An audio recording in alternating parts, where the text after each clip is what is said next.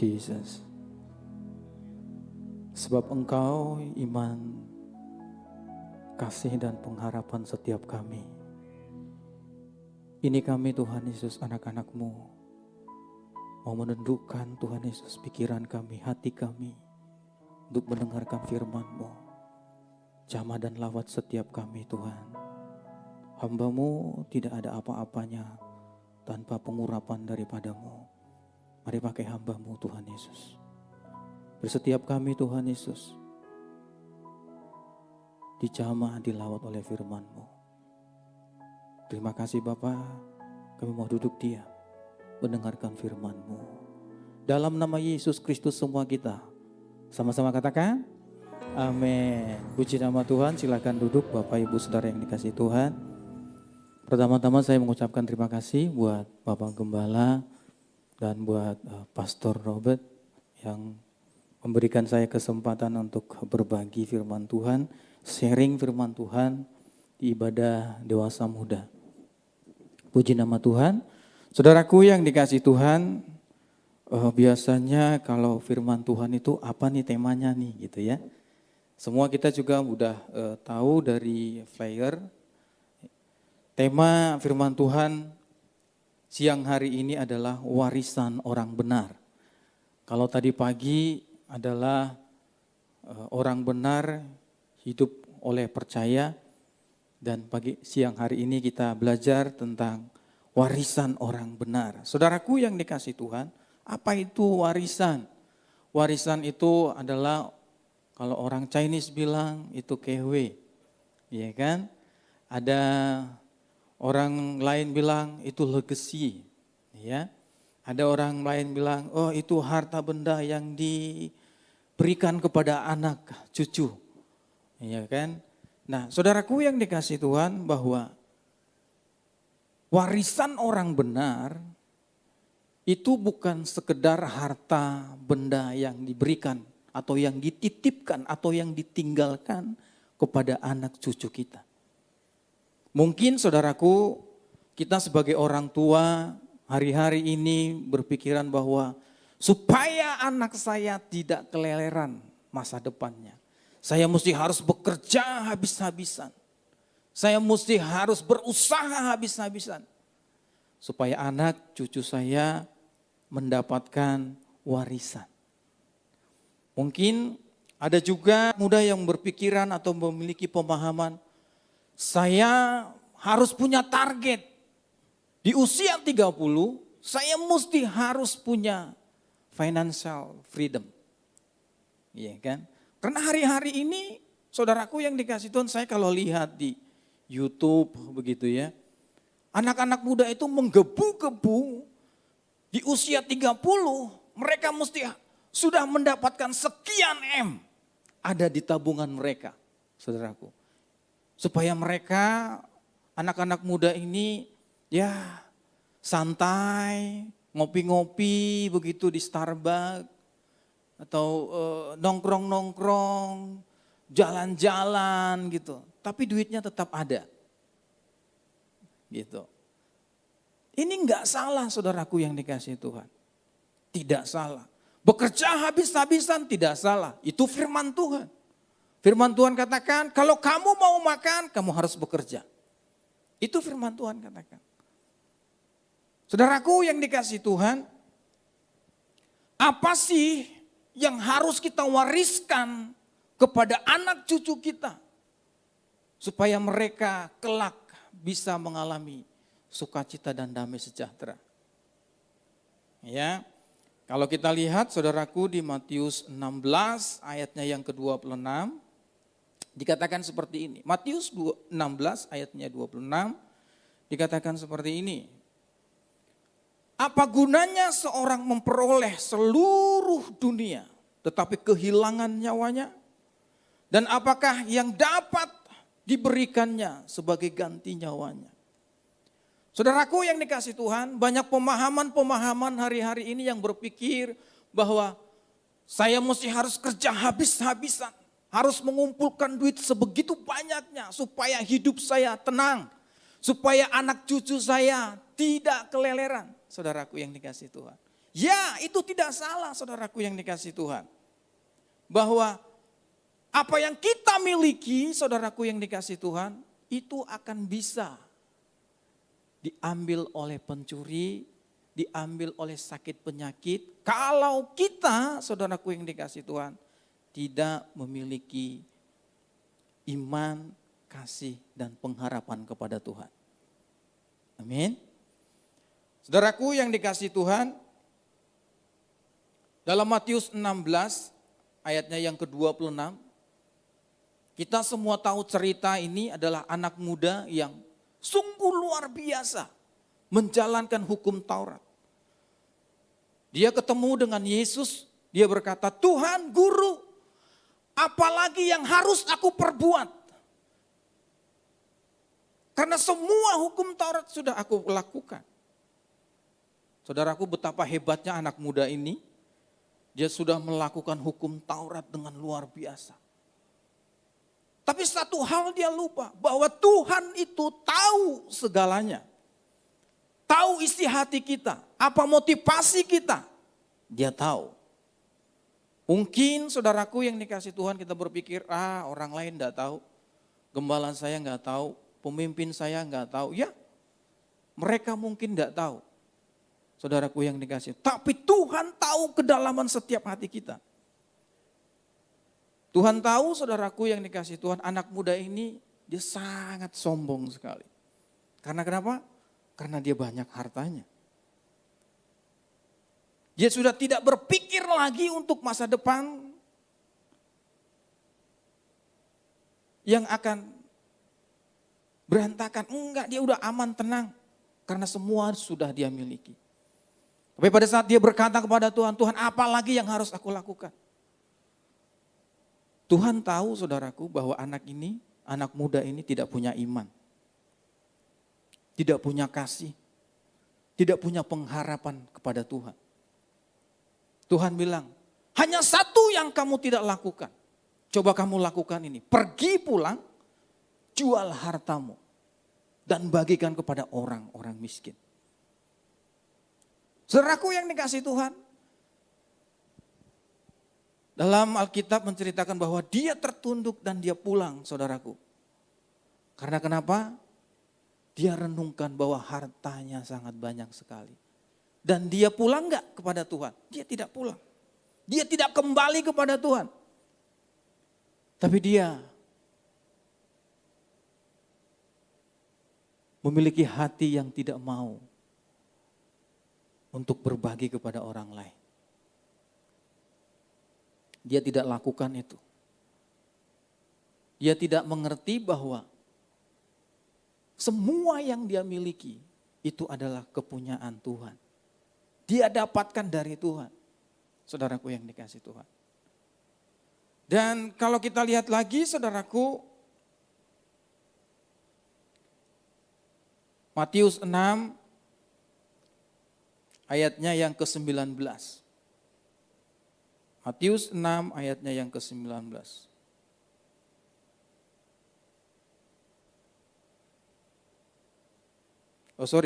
Lukas. Sebelum itu kita baca dulu Lukas 12 ayatnya ke-17. Lukas 12 ayatnya yang ke-17. Ini menceritakan tentang seorang petani yang sukses, saudaraku yang dikasihi Tuhan.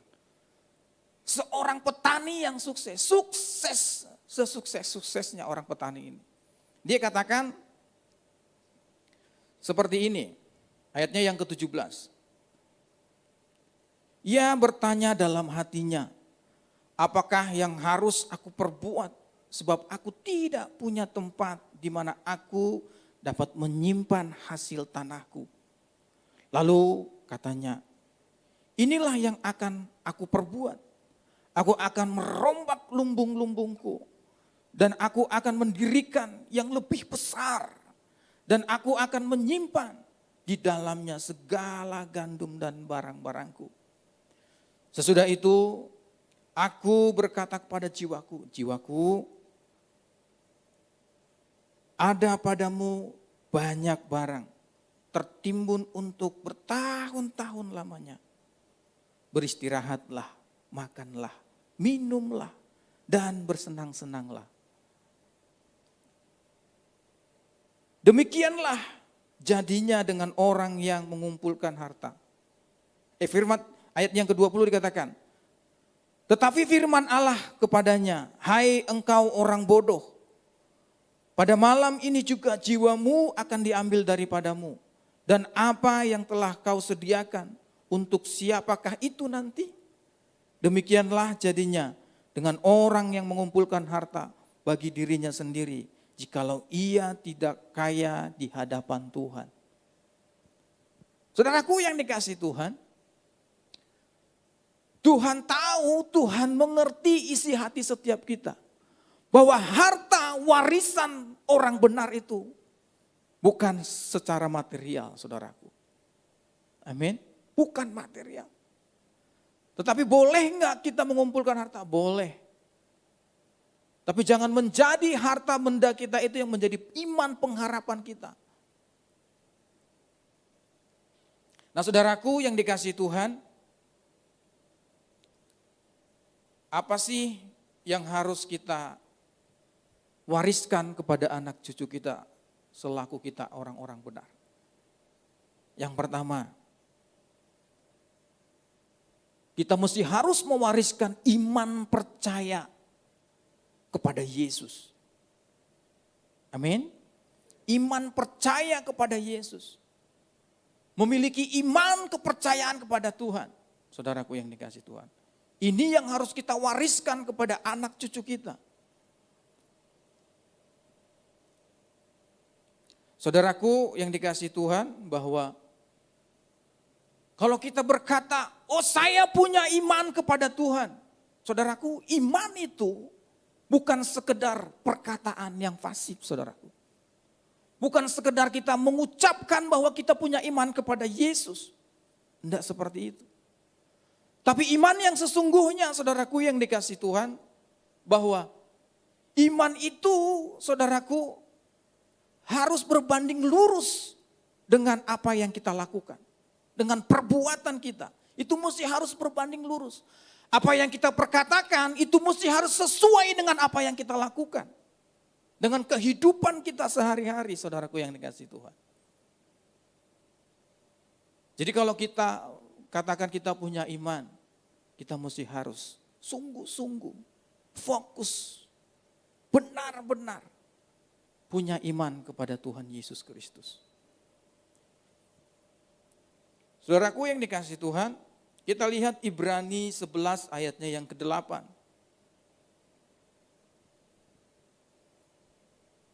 Tentang iman. Demikian firman Tuhan. Ibrani 11 ayatnya yang ke-8. Demikian firman Tuhan. Karena iman Abraham taat. Ketika ia dipanggil untuk berangkat ke negeri yang akan diterimanya menjadi milik pusakanya, lalu ia berangkat dengan tidak mengetahui tempat yang ia tujui. Saudaraku yang dikasihi Tuhan, Tuhan mengatakan bahwa Abraham itu punya iman, percaya kepada Tuhan. Dari mana kita bisa membuktikan bahwa Abraham itu punya iman kepada Tuhan? Buktinya, perkataan iman yang dikatakan oleh Abraham itu berbanding lurus dengan apa yang dia perbuat. Buktinya, dia keluar dari tanah Ur Kasdim. Dia jalan, saudaraku yang dikasihi Tuhan. Tahu enggak dia tujuannya? Enggak tahu. Nah, oleh sebab itu, saudaraku yang dikasihi Tuhan, itu sebabnya Tuhan katakan Abraham itu memiliki iman kepada Tuhan. Sebab apa yang dia percayai, dia kerjakan, dia lakukan.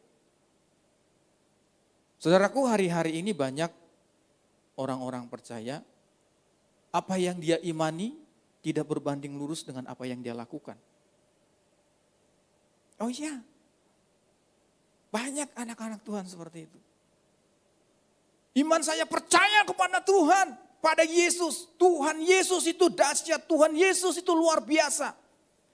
tapi tidak berbanding lurus dengan apa yang dia perbuat, saudaraku.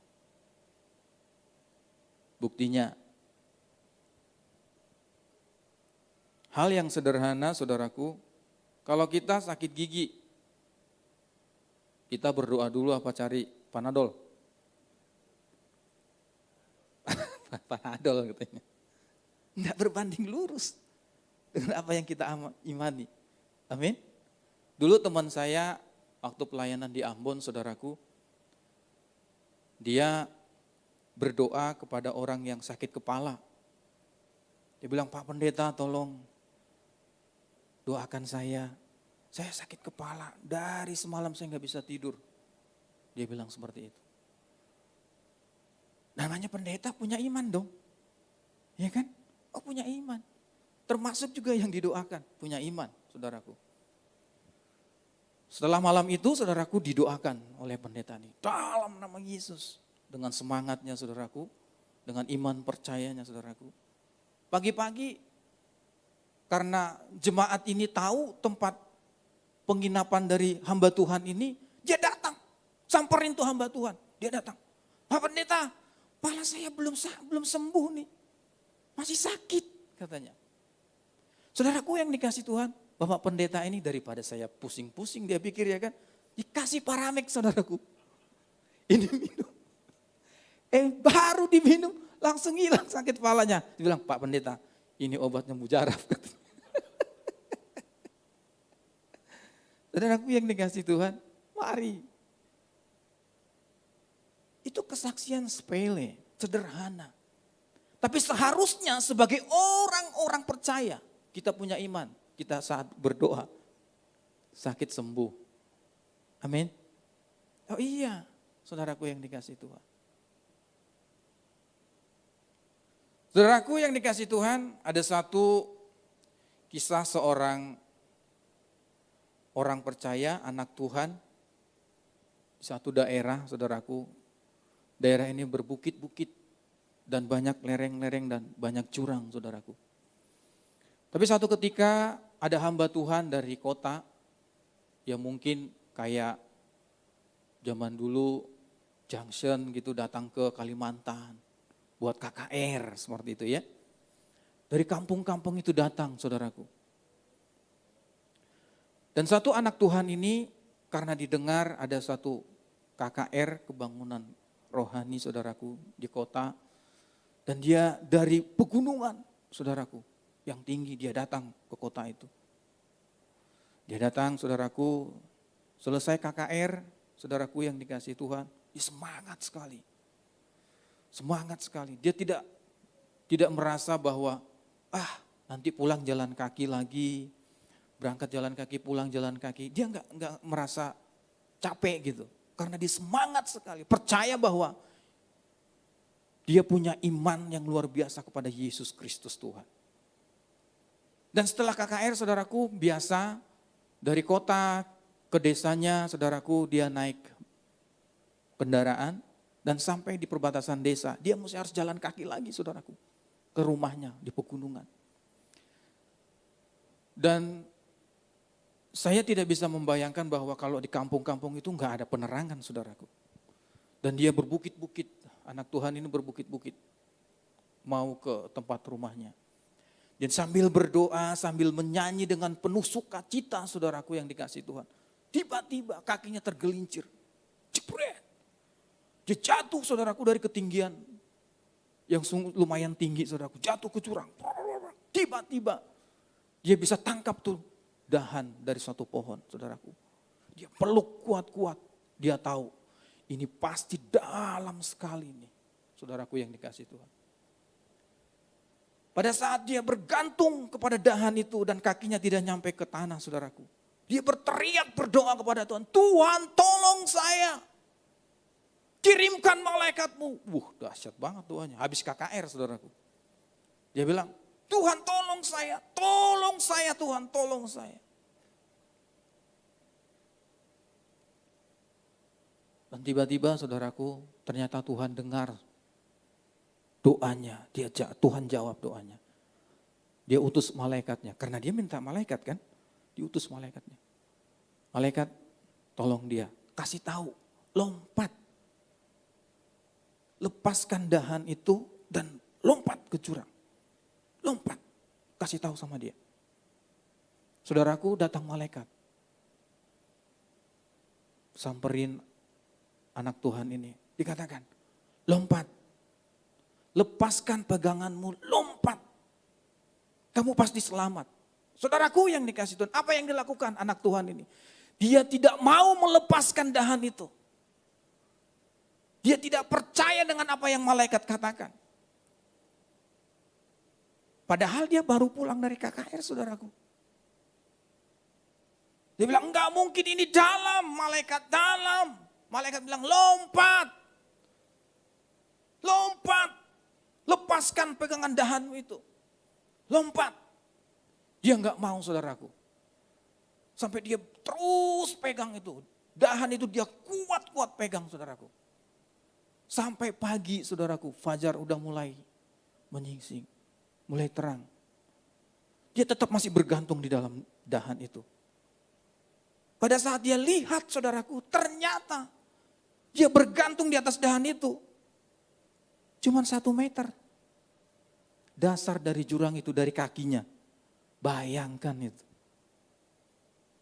Padahal kalau dia percaya sesungguh-sungguhnya kepada malaikat itu.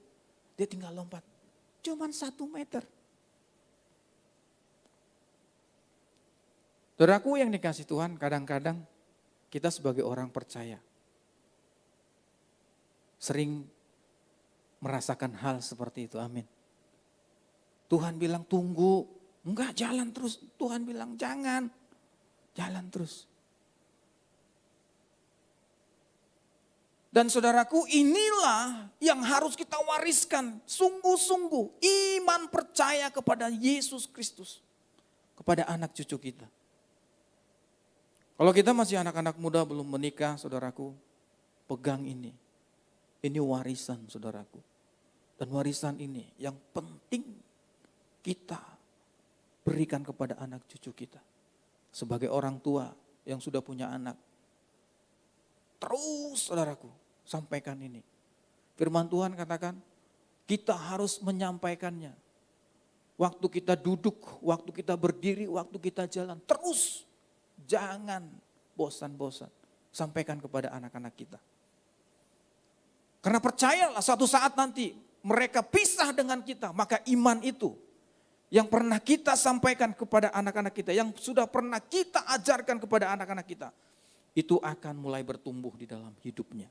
Di dalam hatinya. Dan dia tidak akan pernah melakukan hal yang mengecewakan setiap kita. Saudaraku yang dikasih Tuhan. Amin.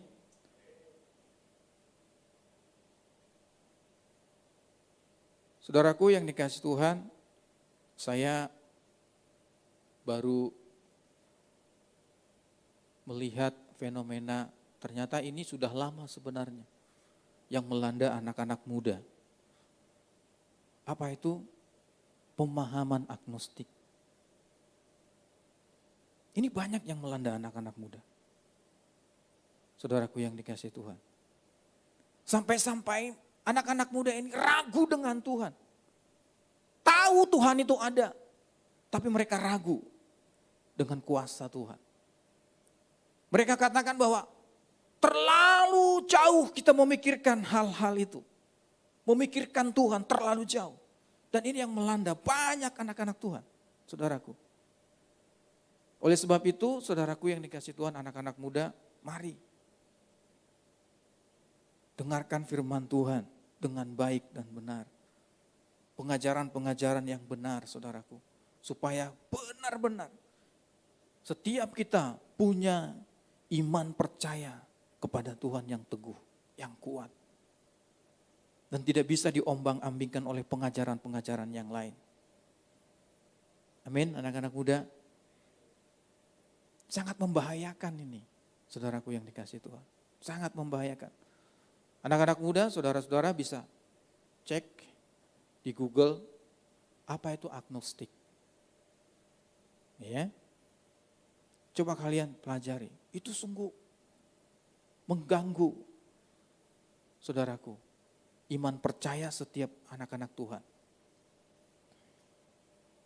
Saudaraku yang dikasih Tuhan, ada juga hari-hari ini banyak menjual imannya, menggantikan imannya dengan hal-hal yang duniawi, saudaraku. Contohnya, satu anak Tuhan itu bisa menggantikan imannya oleh karena pasangan hidup.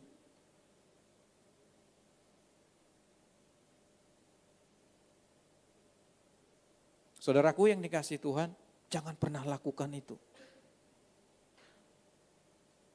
Jangan pernah lakukan itu. Kalau engkau melakukan itu, maka hidupmu tidak akan pernah bahagia. Hidupmu tidak akan pernah tenang, saudaraku. Tidak akan pernah merasakan kebaikan dari Tuhan. Tidak akan pernah. Jangan gantikan imanmu karena kedudukan, karir, saudaraku. Jangan. Amin. Jangan gantikan imanmu dengan uang, saudaraku. Jangan pernah lakukan itu. Amin. Jangan pernah lakukan itu. Yudas Iskariot, saudaraku, menjual Yesus. Karena apa? Karena uang. Jangan lakukan itu. Sebab firman Tuhan katakan, saudaraku, Yohanes 15 ayatnya yang kelima, dikatakan bahwa akulah pokok anggur dan kamulah ranting-rantingnya. Barang siapa tinggal di dalam aku dan aku di dalam dia, dia berbuah banyak, sebab di luar aku kamu tidak dapat berbuat apa-apa. Sebab di luar Tuhan, di luar Yesus, kita tidak bisa berbuat apa-apa, saudaraku. Tapi pada saat kita di dalam Yesus, Yesus di dalam kita melakukan sesuatu yang luar biasa. Firman Tuhan kata berbuah-buah. Diberkati Tuhan. Amin. Saudaraku yang dikasih Tuhan, ini ada kisah cerita satu negara yang tidak boleh ada ibadah percaya kepada Tuhan. Tidak boleh, saudaraku yang dikasih Tuhan. Tapi ada beberapa kelompok orang, penduduk yang ada di negara itu. Yang mengasihi Tuhan, yang punya iman kepada Tuhan. Saudaraku yang dikasih Tuhan. Dan mereka menjauh dari kota, dari keramaian menjauh, saudaraku. Mereka buat, saudaraku, ada rumah-rumah begitu sederhana di pinggiran hutan, saudaraku. Saudaraku yang dikasih Tuhan, mereka buat rumah dan mereka beribadah di sana. Bersekutu dengan Tuhan di sana. Dan pada saat mereka bersekutu dengan teman-teman mereka kepada Tuhan, ada 3 orang laki-laki yang bawa senjata, mendengarkan suara mereka yang sedang memuji dan menyembah Tuhan. Saudaraku yang dikasih Tuhan, tentara ini, laki-laki ini datang, saudaraku yang bertiga ini. 3 laki-laki datang bawa senjata. Wah, di sana ada yang nyembah Tuhan nih, gitu. Ayo samperin saudaraku. Pelan-pelan mereka mengendap. Pada saat mereka berdoa, yang di dalam ini saudaraku berdoa, diketuklah itu pintu. Tok. Semua senyap yang ada di dalam, saudaraku yang dikasih Tuhan. Diketuk lagi, tok. Mulai mereka berdoa, Tuhan tolong kami, Tuhan tolong. Saudaraku yang dikasih Tuhan, karena pintu tidak dibuka, saudaraku, didobrak. 3 orang laki-laki ini, 2 orang masuk, 1 di depan, saudaraku.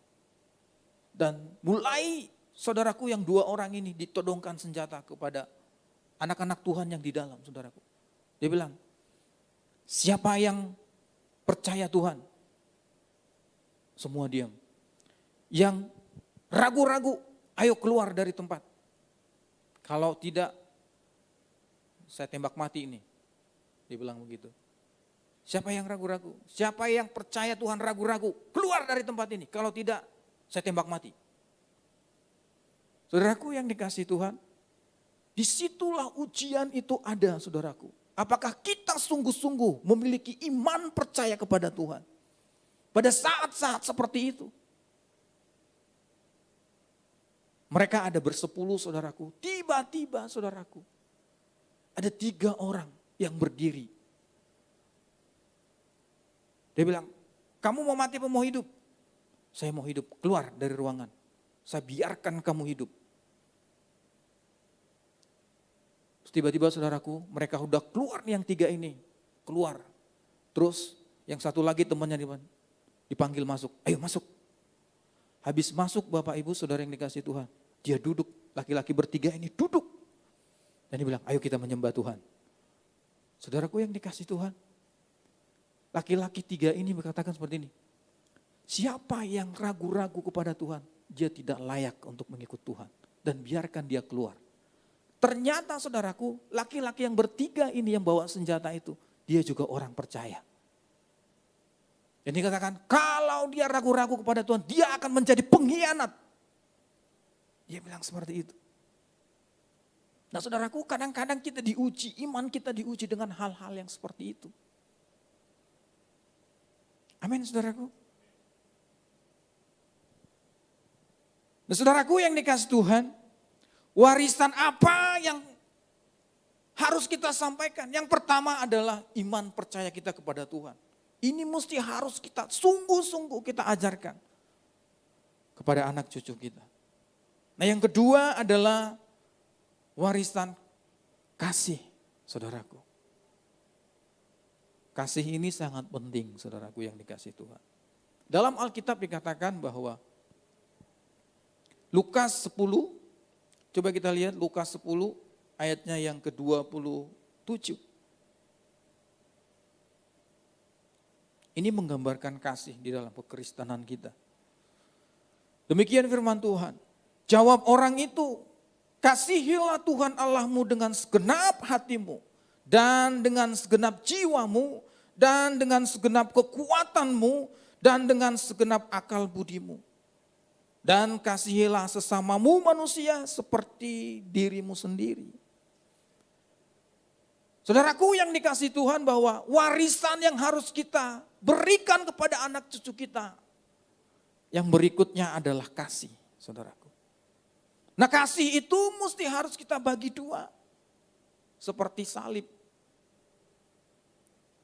Kasih itu adalah salib, saudaraku yang dikasihi Tuhan.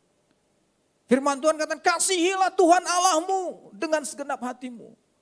Yang pertama, kasih itu mesti harus kita mengasihi, saudaraku, Tuhan Yesus Kristus. Mengasihi Tuhan kita dengan segenap hati kita. Dengan segenap kekuatan kita. Dengan akal budi kita. Saudaraku yang dikasihi Tuhan, bahwa ciri orang yang mengasihi Tuhan adalah dia mau berdoa, baca firman Tuhan, dan mau datang ke gereja beribadah. Itu ciri yang sederhana. Saudaraku yang dikasihi Tuhan, kita tidak bisa mengatakan bahwa kita memiliki kasih kepada Tuhan kalau kita mau makan pun tidak berdoa. Saudaraku yang dikasihi Tuhan. Itu salah satu sederhana ciri orang yang mengasihi Tuhan. Percaya kepada Tuhan, saudaraku. Dia mau berdoa, saudaraku. Mau baca firman Tuhan. Dan hari-hari ini berapa banyak di antara kita, saya mau lihat tangannya yang terangkat.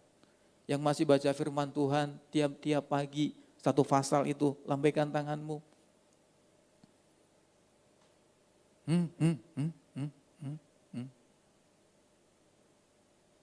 Saudaraku, 1 pasal.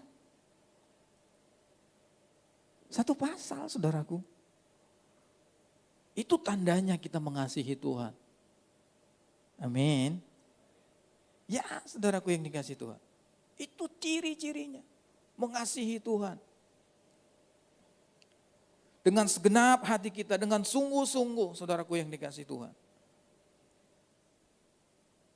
Kalau tidak mungkin kita mengasihi Tuhan. Kalau kita tidak mau berdoa. Kalau kita tidak baca firman Tuhan. Amin. Oh iya, saudaraku. Mari, kalau kita mau mengasihi Tuhan, katakan dalam setiap hati kita, aku mau berdoa, aku mau baca firman Tuhan. Itu ciri harus sederhana kalau kita mengasihi Tuhan. Kenapa kita mesti harus berdoa, saudaraku yang dikasihi Tuhan? Kenapa sih kita mesti harus berdoa? Kalau orang yang berdoa, saudaraku, bahwa dia mengakui Tuhan itu ada. Masih mengakui Tuhan itu ada dalam hidupnya, saudaraku. Makanya dia mau berdoa. Kalau dia sudah tidak mau berdoa, bahwa dia tidak akan mengakui lagi. Tidak pernah mengakui bahwa Tuhan itu ada dalam hidupnya. Amin.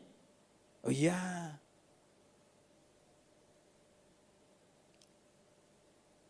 Saudaraku yang dikasih Tuhan, kalau temanmu, kalau papa mamamu, kalau sahabatmu sudah tidak mau berbicara kepadamu, itu artinya kamu tidak dianggap ada. Benar enggak? Iya. Kalau orang lain sudah tidak mau nih, orang tua kita udah gak mau berbicara dengan kita. Teman kita udah gak mau berbicara dengan kita. Mereka sudah tidak menganggap kita. Sama halnya dengan berdoa, saudaraku. Kalau kita masih mau berdoa, berarti kita masih menganggap bahwa Tuhan itu ada dalam hidup kita. Saudaraku yang dikasih Tuhan.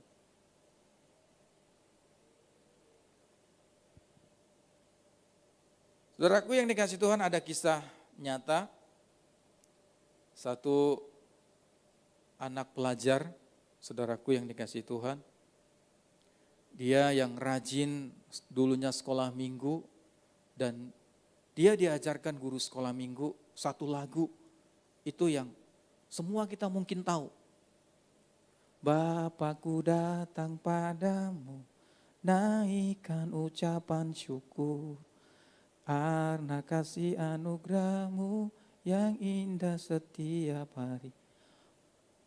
Pagi hari, siang hari, sore dan malam hari, tak hentinya mengucap syukur atas kebaikanmu.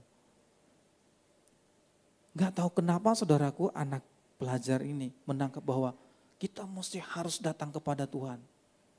Pagi hari, siang hari, sore hari, malam hari, 4 kali sehari. Dan dia karena cinta sama Tuhan, mengasihi Tuhan. Saudaraku yang dikasihi Tuhan. Seorang pelajar ini anak yang dari keluarga kurang mampu, saudaraku. Dan kalau sekolah dia berjalan kaki, saudaraku.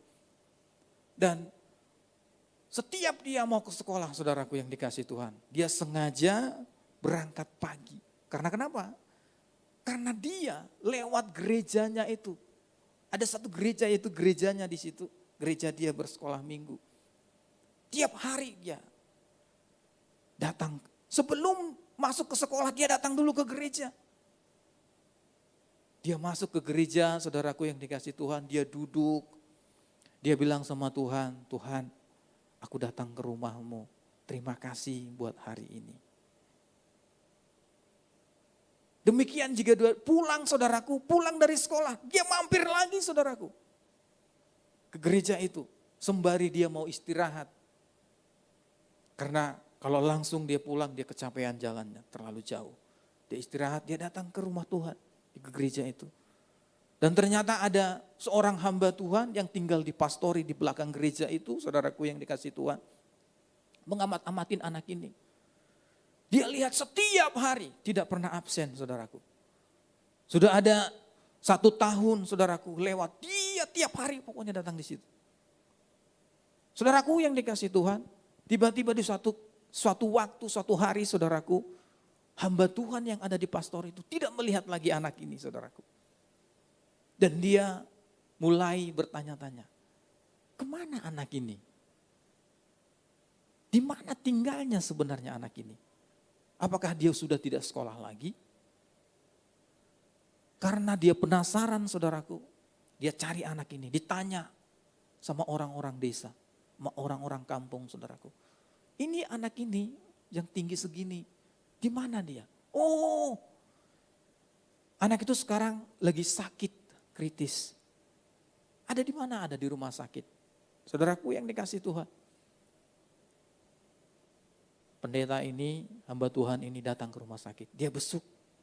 Wah, saya sudah kangen sama kamu. Kamu udah gak pernah lagi ke gereja. Anak ini bilang, iya om, saya lagi sakit. Saudaraku yang dikasih Tuhan, hamba Tuhan ini berdoa. Dan dia pulang, hamba Tuhan ini pulang. Tidak terjadi apa-apa, saudaraku. Dia sembuh? Enggak sembuh dia.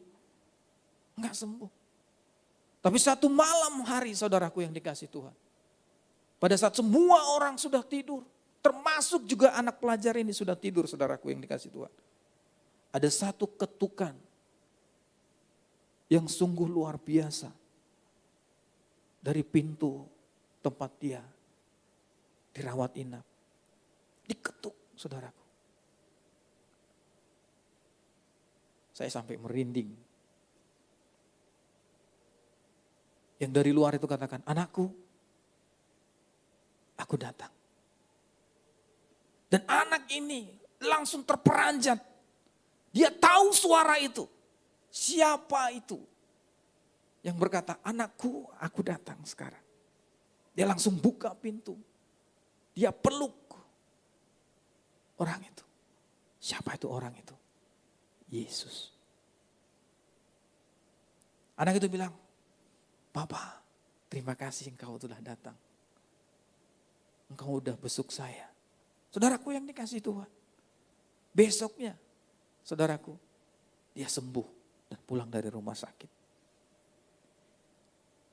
Itu sebab kenapa dia bisa begitu. Karena dia sungguh-sungguh cinta kepada Tuhan. Sungguh-sungguh mengasihi Tuhan, saudaraku yang dikasih Tuhan. Betapa hatinya sungguh terpaut kepada Tuhan. Dan akhirnya saudaraku anak ini menjadi anak yang sukses, saudaraku. Anak yang berhasil. Saudaraku yang dikasih Tuhan. Oleh sebab itu saudaraku yang dikasih Tuhan, mari sungguh-sungguh mengasihi Tuhan. Jangan setengah-setengah. Kalau kita mau melihat pertolongan Tuhan, mari kasihi Tuhan dengan segenap hatimu, dengan segenap kekuatanmu. Kasihi Tuhan, saudaraku yang dikasih Tuhan. Efesus 6 ayatnya yang ke-24 berkata seperti ini. Efesus 6 ayatnya yang ke-24, demikian firman Tuhan. Kasih karunia menyertai semua orang yang mengasihi Tuhan kita Yesus Kristus dengan kasih yang tidak binasa, saudaraku yang dikasih Tuhan.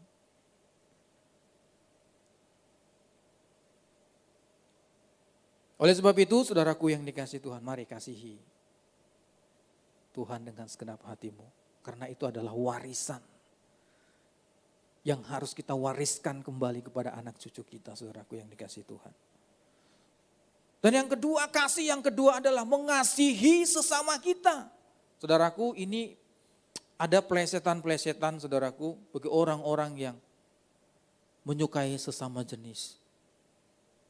Firman Tuhan katakan, kasihilah sesama manusia. Kan sesama, bisa mengasihi. Itu pembenaran, saudaraku. Hati-hati, saudaraku yang dikasih Tuhan. Kan sesama nih, sesama jenis. Enggak apa-apa dong.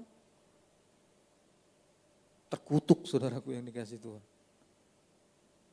Bukan itu maksudnya. Bukan sesama jenis. Sesama manusia. Saudaraku yang dikasih Tuhan. Nah, coba kita lihat, saudaraku, bahwa apa sih cirinya orang benar itu, ya, yang dipenuhi dengan kasih. 1 Korintus 13 ayatnya yang ke-4 sampai yang ke-7. 1 Korintus 13 ayatnya yang ke-4 sampai yang ke-7. Dikatakan seperti ini, kasih itu sabar, kasih itu murah hati, ia tidak cemburu, ia tidak memegahkan diri dan tidak sombong. Ia tidak melakukan yang tidak sopan dan tidak mencari keuntungan diri sendiri. Ia tidak pemarah dan tidak menyimpan kesalahan orang lain. Ia tidak bersuka cita karena ketidakadilan, tetapi ia bersuka cita karena kebenaran. Ia menutupi segala sesuatu, percaya segala sesuatu, mengharapkan segala sesuatu, sabar menanggung segala sesuatu. Saudaraku yang dikasih Tuhan, ini ciri orang benar. Ciri orang benar yang dipenuhi dengan kasih. Saudaraku yang dikasih Tuhan. Kalau kita lihat saudaraku, kasih itu sabar. Saudaraku yang dikasih Tuhan, kita mesti harus sabar satu dengan yang lain. Iya kan? Mesti harus sabar. Oh, saudara kita ternyata ada yang, aduh ini lelet banget kerjanya. Susah banget dikasih tahu, sabar. Firman Tuhan katakan sabar. Iya kan? Mungkin satu pelayanan saudaraku yang dikasih Tuhan. Mana sih ini musiknya lari-lari nih. Iya kan? Ketukannya bukan begitu, gimana sih? Sabar bos, sabar. Iya kan? Sabar. Kan mengasihi kata Tuhan, sabar. Sabar. Iya kan? Sabar. Kasih itu murah hati. Murah hati berarti mau memberi kepada orang lain, saudaraku. Tadi kalau orang kaya itu yang ketemu dengan Tuhan Yesus, dia kaya saudaraku, tapi dia nggak mau memberi. Tidak murah hati saudaraku. Bahwa dia pulang begitu saja, tidak kembali kepada Tuhan. Dia tidak mau membagikan apa yang dia punya kepada orang lain. Tuhan tahu bahwa anak muda yang kaya itu tidak punya kasih kepada sesamanya. Bagaimana ceritanya saudaraku kita mengatakan bahwa kita mengasihi Tuhan tapi kita tidak mengasihi sesama kita.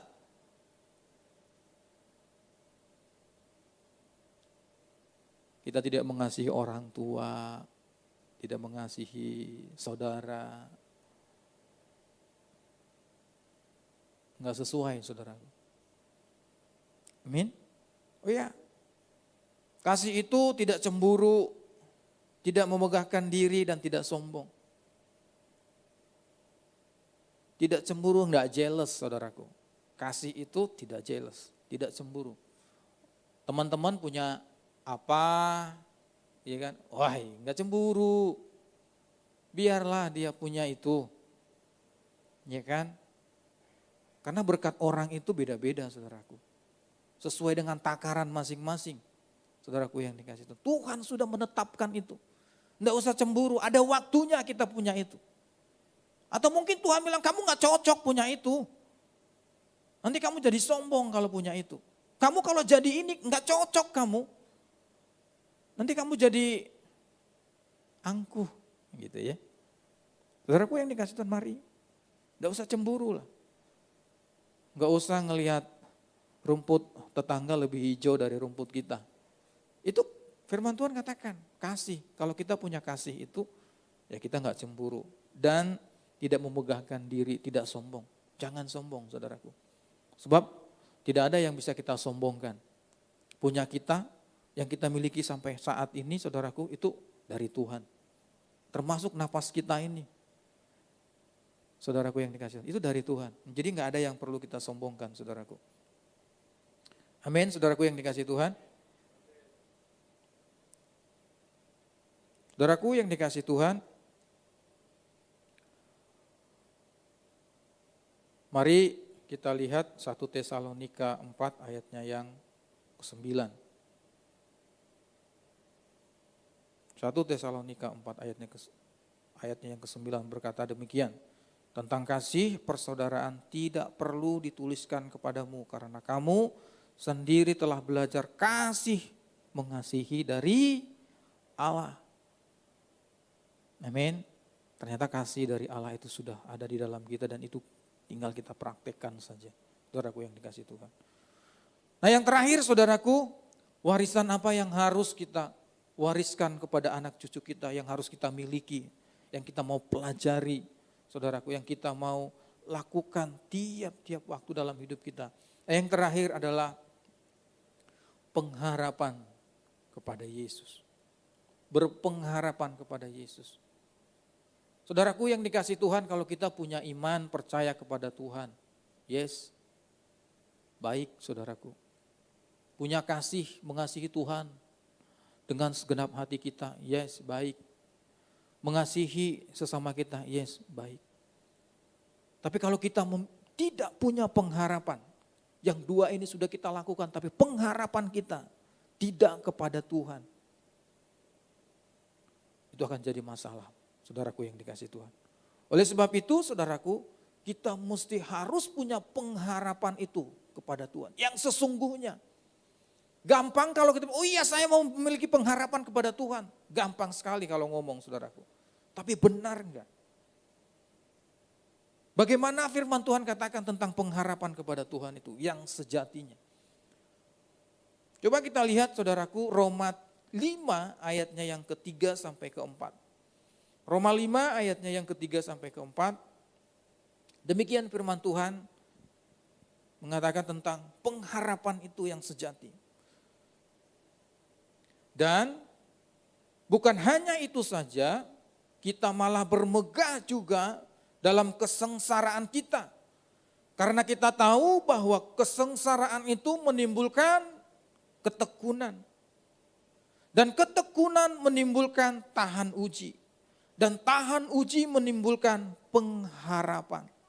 Oh ternyata pengharapan itu di ujung saudaraku. Ada proses yang harus kita kerjakan. Ada proses yang harus kita jalani supaya pengharapan itu menjadi sejati, menjadi murni kepada Tuhan, saudaraku yang dikasihi Tuhan. Yang pertama, kita mesti mengalami kesengsaraan, mengalami masalah, mengalami proses dalam hidup kita. Gimana sih? Masa cuman mau berharap sama Tuhan mesti harus diproses dulu. Firman Tuhan katakan. Kalau mau kita berpengharapan yang sungguh-sungguh kepada Tuhan, kita mesti harus lewatin proses dulu. Ada masalah dulu dalam hidup kita. Dikatakan firman Tuhan bahwa kesengsaraan itu, masalah itu akan menimbulkan ketekunan. Masalah yang kita hadapi itu akan menimbulkan ketekunan. Oh ternyata masalah itu saudaraku yang dikasih Tuhan, itu baik bagi hidup kita, bagi diri kita. Amin. Kita sering mendengarkan firman Tuhan bahwa, saudaraku yang dikasih Tuhan, masalah itu, proses itu, kesengsaraan itu, tekanan itu, baik bagi setiap kita. Supaya kita mengenal ketetapan-ketetapan Tuhan, saudaraku yang dikasih Tuhan. Dan lewat proses itu, masalah itu, maka kita mendapatkan ketekunan, saudaraku yang dikasih Tuhan.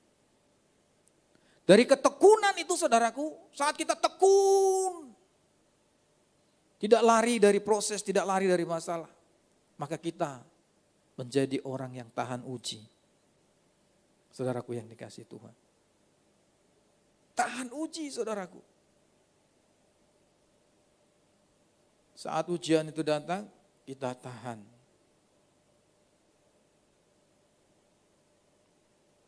Saudaraku yang dikasih Tuhan, kalau kita sudah tahan uji, maka pengharapan itu, pengharapan yang sejati itu yang ada dalam hati kita kepada Tuhan, itu ada dalam hidup kita. Amin. Ini yang harus kita pelajari, saudaraku yang dikasih Tuhan. Untuk kita memiliki pengharapan yang murni, sejati kepada Tuhan, kita lewatin proses dulu. Saudaraku yang dikasih Tuhan, saya mau berikan kesaksian, saudaraku, pada saat zaman-zaman COVID, virus Delta namanya.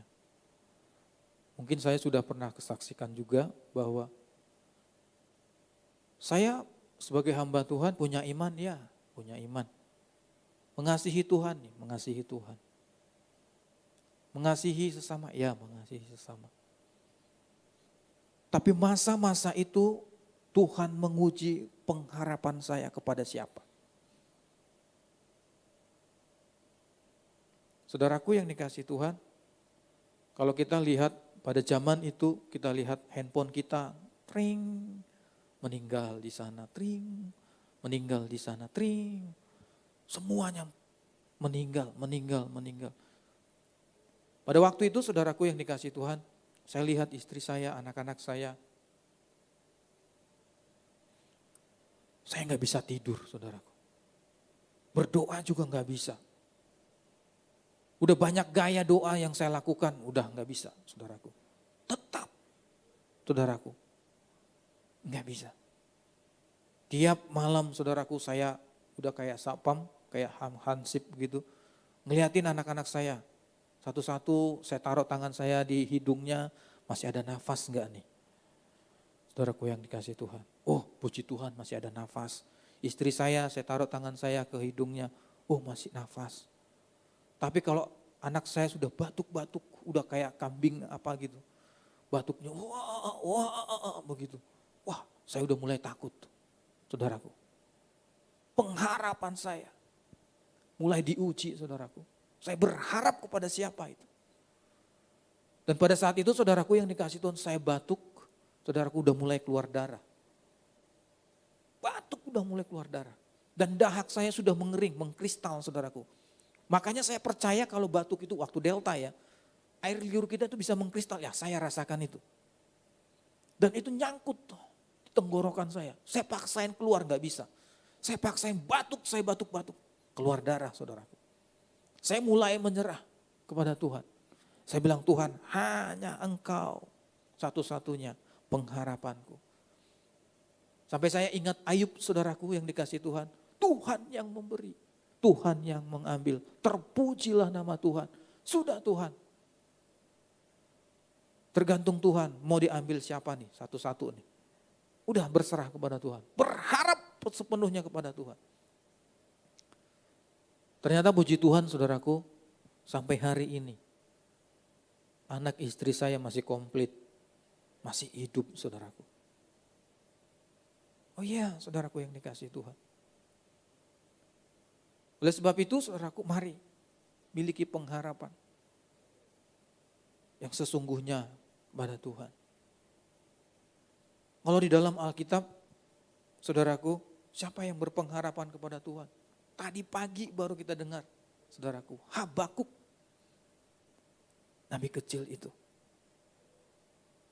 Bagaimana dia rasakan desakan, bagaimana dia rasakan tekanan yang luar biasa.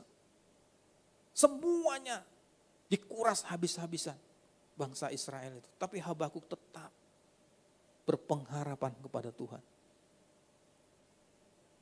Tidak melenceng ke kiri ke kanan, saudaraku yang dikasihi Tuhan.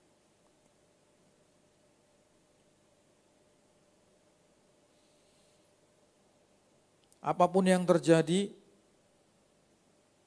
berpengharapan kepada Tuhan. Amin. Coba kita lihat saudaraku firman yang terakhir ini. Mazmur 147 ayatnya yang ke-11.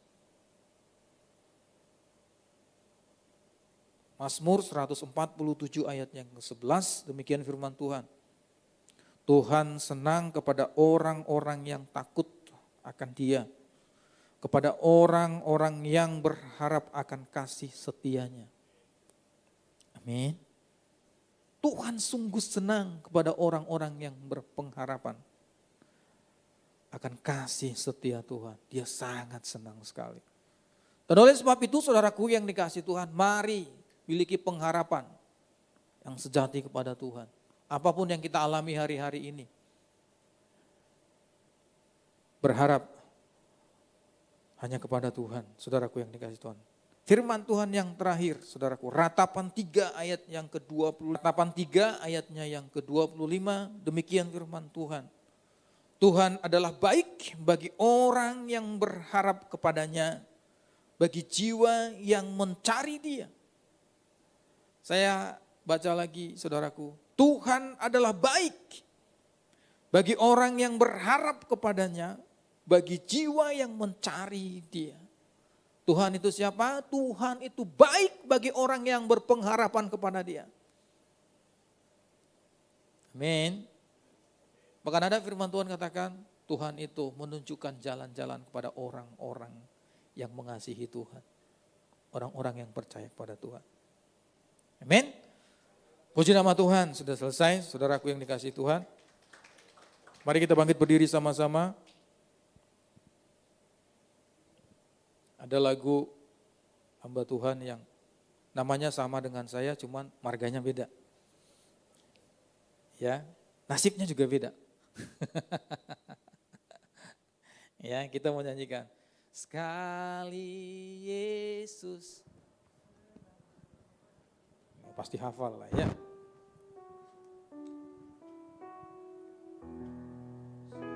Sekali Yesus, selamanya Yesus, harapanku takkan hilang, karena kasih-Nya sekarang ku ada. Oh Yesusku, ku cinta Kau sekali Yesus.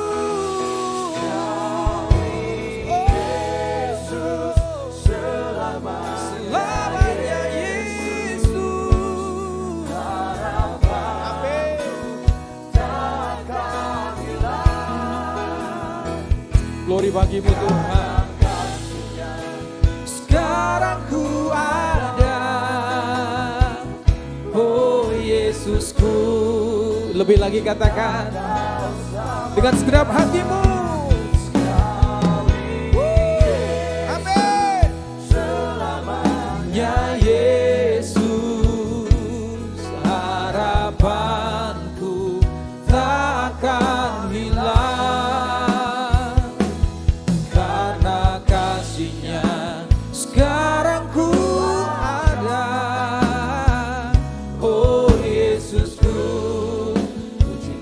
Sekali lagi, mari angkat kedua tanganmu, katakan.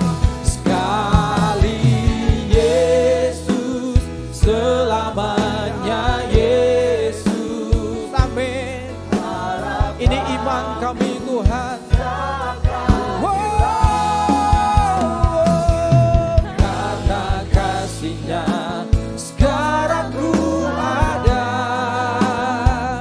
Oh Yesusku, ku cinta Kau selamanya,